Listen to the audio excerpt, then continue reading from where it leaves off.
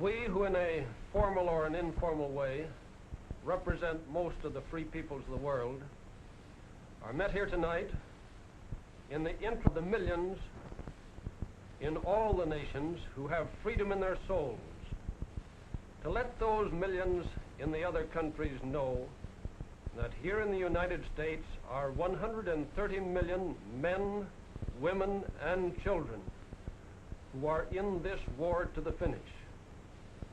Our American people are utterly resolved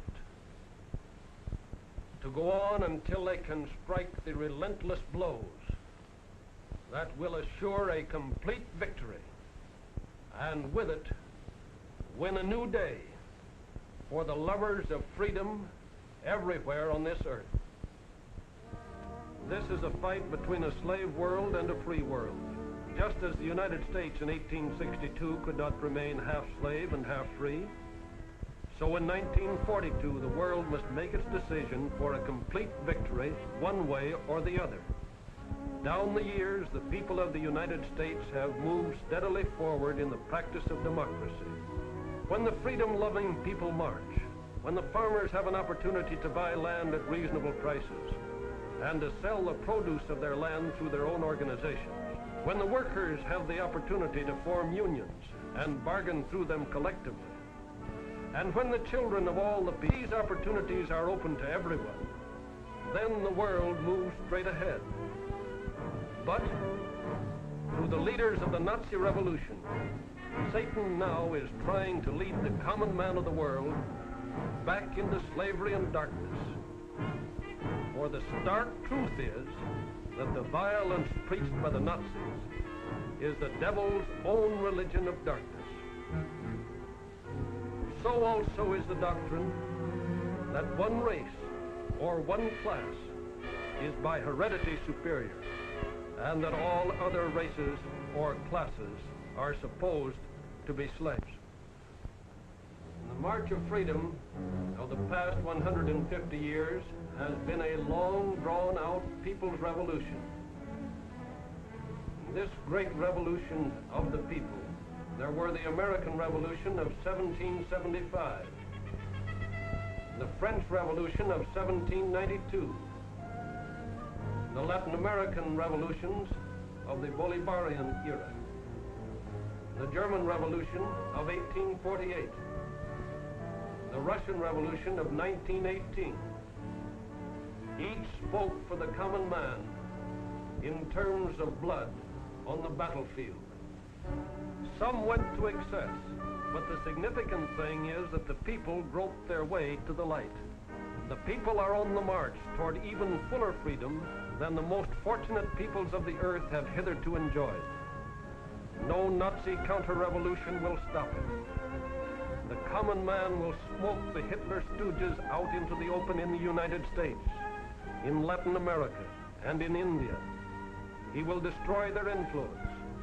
No Lavals, no Mussolinis will be tolerated in a free world. The people, in their millennial and revolutionary march toward manifesting here on earth the dignity that is in every human soul, hold as their credo the four freedoms enunciated by President Roosevelt. We who live in the United States may think there is nothing very revolutionary about freedom of religion, freedom of expression, and freedom from the fear of secret police. But when we begin to think about the significance of freedom from want for the average man, then we know that the revolution of the past 150 years has not been completed, either here in the United States or in any other nation in the world. We know that this revolution cannot stop until freedom from want has been attained. And now, as we go forward toward realizing the four freedoms of this people's revolution, I would like to talk about four duties.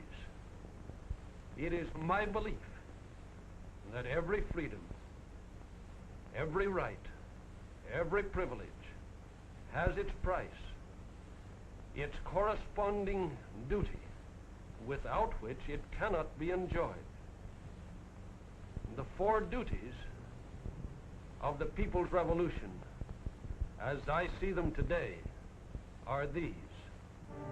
The duty to produce to the limit. The duty to transport as rapidly as possible to the field of battle. The duty to fight with all that is in us.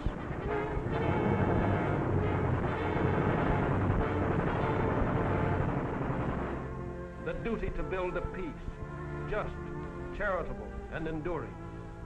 The fourth duty is that which inspires the other three. We failed in our job after World War I, but by our very errors we learned much. And after this war, we shall be in position to utilize our knowledge in building a world which is economically, politically, and I hope spiritually sound. There must be neither military nor economic imperialism. Some have spoken of the American century. I say that the century on which we are entering, the century which will come out of this war, can be and must be the century of the common man. If we really believe we are fighting for a people's peace, all the rest becomes easy. Production, yes. It'll be easy to get production without either strikes or sabotage.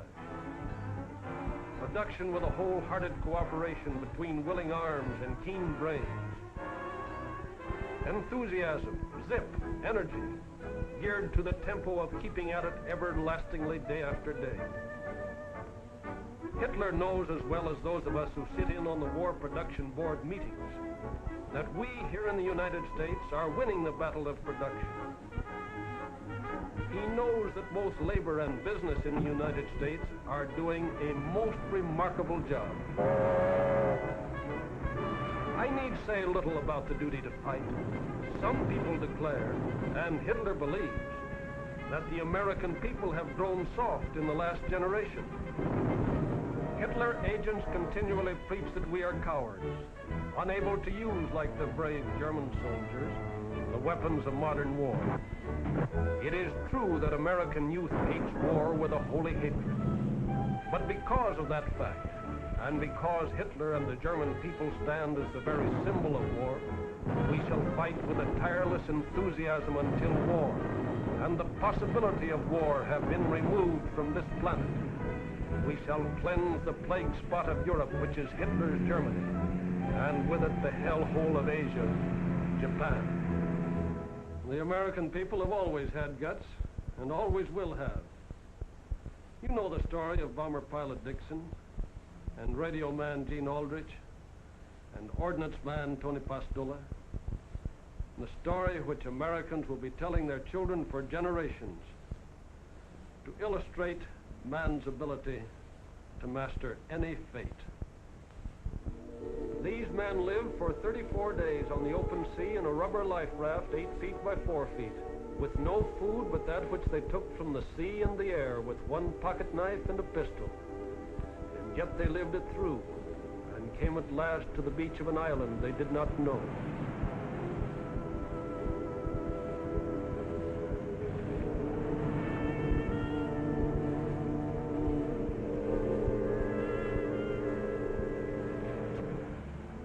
In spite of their suffering and weakness, they stood like men, with no weapon left to protect themselves, and no shoes on their feet, and walked in military file, because they said, if there were Japs, we didn't want to be crawling. The American fighting men, and all the fighting men of the United Nations, will need to summon all their courage during the next few months. I am convinced that the year 1942 will be a time of supreme crisis for all of us. Hitler, like the prize fighter, who realizes he is on the verge of being knocked out, is gathering all his remaining forces for one last desperate blow. The convulsive efforts of the dying madman will be so great that some of us may be deceived into thinking that the situation is bad. at a time when it is really getting better. But in the case of most of us, the events of the next few months, disturbing though they may be, will only increase our will to bring about complete victory in this war of liberation. Spiritually prepared, we cannot be surprised. Psychological terrorism will fall flat. As we nerve ourselves for the supreme effort in this hemisphere, we must not forget the sublime heroism of the oppressed in Europe and Asia. There can be no half measures. No compromise with Satan is possible. We shall not rest until all the victims under the Nazi yoke are freed. We shall fight for a complete peace as well as a complete victory. The people's revolution is on the march, and the devil and all his angels cannot prevail against it. They cannot prevail, for on the side of the people is the Lord. He giveth power to the faint. To them that have no might he increaseth strength. They that wait upon the Lord shall mount up with wings as eagles. They shall run and not be weary. They shall walk and not faint. Strong in the strength of the Lord, we who fight in the people's cause will never stop until that cause is won.